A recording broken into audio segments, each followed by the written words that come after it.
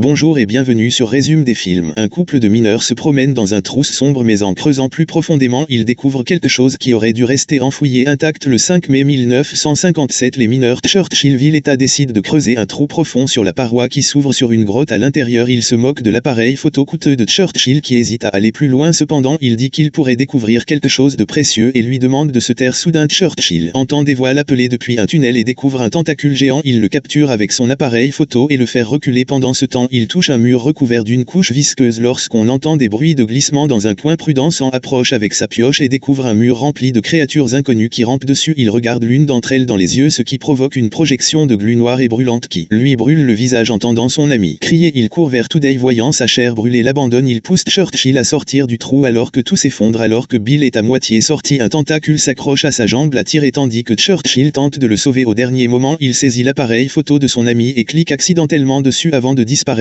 complètement dans le trou. Churchill entend les voix appeler à nouveau, mais il s'empresse d'allumer une dynamique et de la jeter dans le trou où elle explose. Dans le présent, une femme pratiquant la pole dance attire l'attention d'un homme sniffant des substances. Il lui glisse de l'argent et lui demande si elle peut faire plus que danser, ce à quoi elle répond qu'elle a une question à poser avant de le faire. Soudain, un caméraman apparaît et tend un micro à la femme. Elle lui demande de commenter les allégations d'usage de stupéfiants et de sollicitation de travail sexuel qui ont dominé pendant son mandat de maire. Dans le journal télévisé, la danseuse Hunter Hazelton, une journaliste sous couverture, dénonce les crimes du maire pendant qu'il était escorté. À la suite de son reportage, Hazelton est nominée pour le prix du reportage le plus marquant et celui de la personne la plus influente de l'année. Pour fêter la nomination de la journaliste Annie, la collecte de Hunter s'emporte auprès de son petit ami de clan au sujet de son journaliste. Le tabloïd et déclare qu'elle salit son petit ami, n'est pas du même avis et lui demande d'être gentil. Lorsque la candidate s'approchera d'eux, de clan félicite Hunter pour sa couverture virale du scandale du maire. Fière, elle lui révèle qu'ils ont des images sur lesquelles le procureur a ouvert une enquête devant sa compagne. De clan évoque sa nuit avec Hunter à Las Vegas car ils étaient partenaires au travail. Au lit, mais Hunter prétend qu'il ne formait pas une bonne équipe. Jalouse, Annie lui conseille de ne pas s'exposer avec son accoutrement de danseuse pour être une vraie journaliste alors que Hunter s'imagine lui donner un coup de poing sur la gorge. Alors que Hunter tente de se retenir, elle déclare que le type de féminisme de sa collègue est inapplicable à toutes les femmes et menace Annie de se taire. Les remarques acerbes de Hunter amusent de plan, ce qui met en colère sa petite amie qui part en claquant la porte. Par la suite, Hunter aperçoit son père et sa sœur. Elle et Hunter leur dit que son reportage a été le plus important de la semaine et qu'il a permis de renouveler son contrat. Cependant, elle remarque que son père désapprouve son scoop télévisé mais leur assure qu'il est fier. Il demande à Hunter de se couvrir davantage lorsqu'il travaille sous couverture et elle l'embrasse pour la réconforter. Plus tard, quand le caméraman offre du champagne à Hunter et la félicite pour son travail, il remarque que son amie se sent déprimée malgré ses réalisations et lui dit qu'elle se sent indifférente même après avoir reçu la reconnaissance qu'elle mérite. Kem plaisante en mettant cela sur le compte de ses privilèges de blanche et lui dit de ne pas se préoccuper de ce que disent les autres, lui rappelant qu'elle est une bonne journaliste avant de partir. Pendant ce temps, à l'intérieur d'une cabine, Churchill, qui est maintenant beaucoup plus âgé, prépare son sac et nourrit son chien avant de partir. Une vieille coupure de presse sur la mort de 2 mineurs est accrochée à son mur dans l'appartement de Hunter. La journaliste s'est endormie à côté d'un certain Frank lorsque me frappe à sa porte. Le caméraman engage maladroitement la conversation avec l'ami de son ami pendant qu'elle s'habille à la pour leur nouvelle couverture. Calme lui dit qu'un partenariat trilatéral sur une nouvelle technologie minière organisera un lancement exclusif. Ce jour-là, le couple se dirige ensuite vers la porte, non sans avoir demandé à Frank de nourrir son chat lorsqu'il partira avec qui elle a rompu après l'avoir mise dans l'embarras à la fête. Annie trouve alors le laissez-passer exclusif de son ennemi et le jette à la poubelle. Pendant ce temps, Churchill, devenu mineur à la retraite, prétend visiter le site, ce que son ancien associé autorise sans poser de questions. Arrivé sur place, Hunter constate la disparition de son laissez-passer et se voit rappeler que l'événement est restreint. La journaliste ne conteste pas et pense plutôt à un autre moyen d'entrer. Soudain, elle attrape le café sur la table et le renverse sur son caméraman. Elle demande alors au personnel un vestiaire et lui indique l'étage inférieur. Pendant que Hunter marche dans le couloir, elle entre dans le vestiaire des hommes où elle fouille les casiers à la recherche d'un laissez-passer carré. Un mineur qui vient de faire sa toilette s'étonne de la voir dans la pièce sans vergogne. Hunter se présente à l'inconnu et lui demande son aide. Bien que troublée, Karen ne refuse pas les faveurs de la belle sur le site minier. Annie interroge l'ingénieur russe, le docteur Nikolai, qui s'apprête à révéler une avancée technologique en direct à la télévision. Pendant ce temps, Hunter remercie Carré de pouvoir montrer un moyen d'entrée alors qu'elle avance. Carré envisage de se séparer de la belle journaliste et décide de la suivre. Peu après, Hunter et Khan atteignent le site juste à temps pour le début de la démonstration. Le docteur Nikolai explique que la machine absorbe l'énergie de l'air pour générer un laser. Celui-ci peut découper les surfaces les plus dures, ce qui sera l'avenir de l'exploitation minière. Avec cette nouvelle technologie, Carré craint de perdre son emploi car la machine fait tout le travail. Alors que la machine se prépare, Churchill s'avance soudain avec une arme et leur demande d'éteindre la machine. Les caméras tournent, une prise d'otage est retransmise en direct à la télévision. Kennedy, l'opérateur, regarde l'ingénieur qui lui permet d'arrêter la machine car étant d'arrêter le mineur à la retraite, mais on lui demande de reculer. Churchill, en colère, pointe du doigt le directeur de l'entreprise qui qui n'a pas écouté ses avertissements. Le vieux mineur révèle qu'ils ont découvert quelque chose de maléfique dans les profondeurs de la mine qui a tué ses amis. Il menace de libérer le diable s'il continue à creuser de ce côté de la mine. Hunter lui demande prudemment de leur raconter ce qu'il a vu, mais Churchill ne sait pas ce qui a emporté ses amis car elle profite de cette distraction pour mettre hors d'état de nuire le vieil homme qui s'en aperçoit immédiatement frustré. Churchill révèle à quel point il est sérieux en leur montrant les explosifs. Focalise cet attaché pendant ce temps et laisse rancher son père et allume le journal télévisé qui relate la prise d'otage où se trouve Sassure. De retour dans la mine, une voix forte et mécontente appelle Churchill. Soudain, une mystérieuse créature tire un caméraman vers le bas et les hommes tentent de l'aider à s'en sortir. Malheureusement, ils échouent lorsque la créature l'entraîne dans le trou. Ensuite, de mystérieuses créatures commencent à ramper derrière Churchill et de grands tentacules l'attrapent. Il en profite pour activer ses explosifs qui font sauter la grotte. Après l'explosion, Hunter assiste avec horreur à la catastrophe car elle sort de l'agitation et la machine est détruite par le feu. Dehors, et les pleure en regardant la ligne exploser, mais son père assure que Hunter s'en sortira. Dans la mine, Hunter s'empare d'une pelle à proximité lorsqu'elle entend un son déformé. Elle manque de Hurt et Carré qui cherche des survivants mais trouve le sac de. À l'intérieur se trouve une lampe de poche et un pistolet. Cointé prend la journaliste, remercie sincèrement le mineur de l'avoir sauvé du chaos. Il se méprend sur l'ambiance et se penche pour l'embrasser, mais Hunter l'en empêche. Hunter est déterminé à rechercher d'autres survivants et à éviter le monstre. Pendant ce temps, Caen et de Clan porte le docteur Nicolas est blessé et la longe pour qu'il se repose. Traumatisé, Anis se souvient de l'explosion de la mine par Churchill que de Clan qualifie de dérangé, tandis que Caen défend le vieil homme qui les a protégés de la pieuvre géante. Cependant, les ex nient les faits et tentent de se convaincre de la logique de l'incident. Frustré, Caen est ferme sur le monstre qui a enlevé l'autre caméraman, même si cela semble absurde. Pendant ce temps, l'état de santé du docteur Nicolas est aggrave et Annie se demande si quelqu'un sait s'il y a d'autres survivants, mais il y a eu trop de chaos pour en être sûr. Plein d'espoir comme leur dit qu'ils peuvent survivre s'ils restent calmes puisqu'ils ont 2 scientifiques avec eux, mais Kennedy annonce que le docteur Nicolas est mort ne laissant qu'un seul survivant. De l'autre côté, Hunter tente d'en savoir plus sur Carré qui se révèle être un jusqu'à ce qu'il se blesse au genou. Désormais divorcé, il tente de survivre et de subvenir aux besoins de sa fille. Peu après, il trouve une porte qui mène à un obstacle de lave. Hunter aperçoit un rebord et le franchit lentement tandis que Carré lui envoie. Le pasteur glisse et tombe, mais Carré lui attrape la main. Attends, le journaliste lui dit de la faire traverser avec le peu de force qui lui reste. Pendant ce temps, Kennedy couvre Nicolas de son manteau et Camille assure qu'ils iront le chercher, ce que de Clan juge impossible. Le journaliste dit que le toit va s'effondrer et les ensevelir tout en faisant les gros titres, puis il se dispute avec Caen sur le fait que les côtes d'écoute des réseaux restent indifférents au cas où anxieux. De Clan parie que la chaîne se régalera du communiste russe mort, ce à quoi Caen réagit en lui donnant un coup de poing. De Clan se cache derrière Annie tout en expliquant que le stress lui fait perdre le contrôle de ses mots. Il appelle le caméraman par son ethnie, prouvant ainsi la véracité de ses propos, et Annie atteste que son ex est cliniquement diagnostiqué comme stupide. De Clan confirme et prend ses médicaments tandis que Khan s'éloigna. L'obstacle de lave réussit à traverser avec l'aide de Carex. Elle le repousse quand elle a chaud et enlève sa chaussure brûlante. En regardant autour d'eux, il trouve un hôtel et des gravures anciennes sur le mur. Carré affirme reconnaître les figures et les compare aux émojis de sa fille. Hunter interprète les hiéroglyphes et dit que les gens apportent des sacrifices au monstre pour survivre. De plus, elle remarque 8 apprentis qui entourent le monstre, puis il remarque un squelette enchaîné derrière eux dont Hunter dit qu'il s'agit d'une vierge sacrifiée qui évolue après le rituel. De l'autre côté de la mine, Cam et son groupe atteignent le lieu de l'incendie où des blocs de pierre bloquent leur sortie. Deux clans s'impatientent et discutent avec Annie tandis qu'ils se reprochent mutuellement leur situation. Dans le même temps, Caen demande à Kennedy si elle peut réparer la machine, ce à quoi elle répond par la négative. Néanmoins, la scientifique suggère de construire quelque chose de nouveau. Caen optimiste informe les journalistes de leur plan et demande à Annie de rester avec Kennedy pendant que deux clans et lui cherchent des survivants. Deux clans se plaint un effet semblant d'être en deuil lorsque Caen le regarde d'un air désapprobateur. Caen reconnaît que le plan de risque d'échouer mais persuade deux clans en les qualifiant de héros alors que le journaliste imagine son nom en lettres de feu, Annie exclamant. Ensuite, en retrouvant sa boucle d'oreille dans les décombres à l'hôtel, Hunter prend une vidéo des anciennes gravures sur le mur. Caresse souligne alors son imprudence qui aurait pu causer sa mort, mais Hunter reste ferme d'un ton sarcastique. Elle l'appelle son héros, ce qui irrite Carré. Il est sur le point de discuter avec elle lorsqu'une voix mécontente secoue la grotte. Les autres le ressentent aussi, alors Annie demande aux scientifiques de se dépêcher. Quelques secondes plus tard, la secousse s'arrête et Hunter et Carré voient un crâne rouler vers le bas. Soudain, Hunter voit un zombie s'approcher et alerte sa partenaire. Le zombie donne un coup de pioche mais Carré esquive et Hunter lui tire dessus avec son pistolet en vidant le chargeur. Le zombie tombe et Hunter demande à Carré de l'aider à examiner le corps. Ils entendent un sifflement sous sa chemise qui les fait s'arrêter car elle reconnaît alors le zombie comme étant Bill, l'ami décédé de Churchill, et montre à Hunter une photo tirée du sac du vieux mineur. Il réalise que la créature manipule le cadavre pour les ATT. Pendant ce temps, Caen rama le manteau de Kennedy sur le sol où ils ont laissé le docteur Nicolet. Soudain, ils aperçoivent le scientifiquement devant et le suivent malgré les plaintes de deux plans. De retour à l'hôtel, Hunter s'enregistre en train d'annoncer leur découverte sur son téléphone. Soudain, le zombie se lève et la jette à terre car étant de l'aider, mais Bill l'étrangle. Heureusement, Hunter se reprend et le frappe avec sa pioche, ce qui lui fait perdre sa prise et partir. Hunter se lance à sa poursuite tandis que Carré tend la main pour l'arrêter. Elle lui dit que courir après les risques et l'aventure qu'elle attend depuis longtemps malgré ses craintes. Carré suit la courageuse courageuse femme à l'intérieur de la ruche du monstre quand et de Clan entendent des bruits de glissement et une petite créature leur saute dessus. Cam esquive va-t'en et la créature atterrit sur deux Clans qui hurlent pendant qu'il essaie de l'enlever. Malheureusement la créature s'est déjà fixée sur son dos. Soudain Cam aperçoit le docteur Nicolet et dit à deux Clans qu'ils doivent partir immédiatement. Cependant deux Clans commencent à agir comme le zombie tombe en transe et ses yeux deviennent blancs. CAMS s'éloigne de lui et tente de le faire sortir de ses gonds mais en vain. Au lieu de cela il tente habilement de se battre. Mais il se retrouve rapidement en infériorité numérique. Ailleurs Hunter et Carré atteignent une rivière où un chevalier gît empalé avec son épée. Il pense que la rivière les mènera à l'extérieur et Carré plonge dans l'eau pour vérifier. Inquiet Hunter l'embrasse sur le front et lui souhaite bonne chance alors que le journaliste attend le retour de Carex. Le chevalier se déplace dans les décombres. Kennedy explique à Annie qu'elle a fabriqué une bombe énergétique qui capte suffisamment d'énergie pour exploser une fois activée et leur ouvrir une voie de sortie. Quand et Dylan en s'en reviennent avec les mystérieuses créatures tandis que les femmes crient près de la rivière. Carré constate que Hunter n'est nulle part et ne trouve que l'épée sur le sol. Au même moment le chevalier dépose Hunter sur l'autel. Le groupe zombifie la tâche pendant que Hunter demande de l'aide à Cam qui ne répond pas. Elle demande ensuite de l'aide à Annie qui se fait passer pour un zombie et la laisser égoïstement se faire sacrifier. Soudain des tentacules géants s'accrochent à Hunter et s'infiltrent dans son esprit.